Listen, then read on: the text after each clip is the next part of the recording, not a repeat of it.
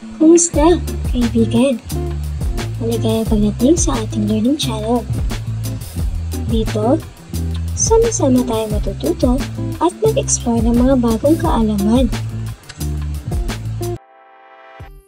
Bilang mag-aaral, hindi mo maiiwasang magsulat ng sarili mong akda tulad ng pagbuo ng isang kwento, sanaysay o essay, tula, liham at iba pa. Kaya ngayon ay pag-aaralan natin ang mga paraan o tips para ikaw ay magiging isang magaling na manunulat. Una, ugaliing laging magbasa. Magbasa ng iba't ibang uri ng teksto tulad ng mga libro, artikulo, tula at iba pa. Makakatulong ito sa iyo na mas maunawaan ang iba't ibang estilo ng pagsusulat at palawakin ang iyong bokabularyo. Pangalawa, mag-practice sa pagsusulat ng regular. Ang pagsusulat, tulad ng anumang kasanayan, ay nangangailangan ng regular na pagsasanay. Subukan mong magsulat araw-araw kahit na ito ay mga simpleng journal entries o mga maikling kwento. Pangatlo ay alamin ang iyong voice style. Ito yung tono, mood o estilo mo sa pagsusulat. Sa tono, pwedeng ang iyong isinusulat ay seryoso, sarkastiko, formal o informal at pwede ring nakakatawa. Sa mood naman, maaaring galit ang dating ng iyong sulat, natatakot, nasisiyahan o kalmado lang.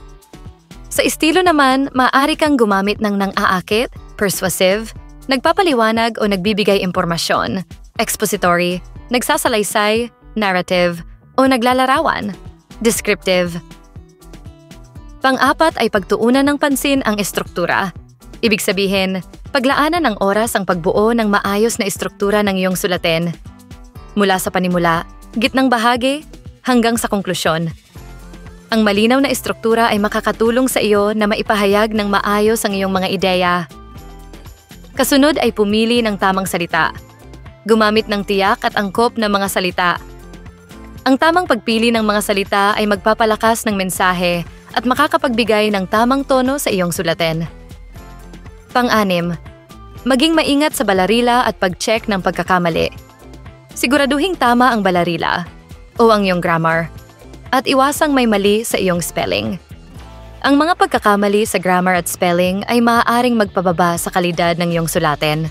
Pampito, humingi ng feedback. Huwag matakot na ipakita ang iyong trabaho sa iba. Ang feedback mula sa mga kaibigan, guro o kapwa manunulat ay makakatulong sa iyo upang mapabuti ang iyong pagsusulat. Pang-8 tip, mag-edit at mag-revise. Huwag mag-atubiling i-revise ang iyong sulatin. Ang unang draft ay madalas na kailangan pang i-polish. Tingnan muli ang iyong trabaho para sa mga lugar na maaaring mapabuti. Pang-9, pagtuunan ng pansin ang layunin ng iyong pagsusulat. Alamin ang layunin ng iyong sulatin.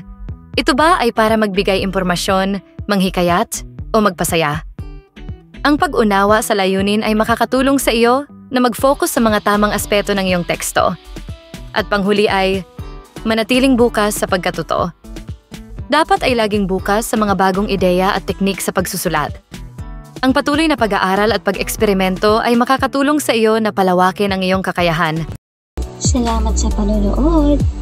Huwag kalimutang mag-like, mag-follow, at mag-subscribe para sa susunod na nating mga videos. Kita-kits sa susunod na aralin.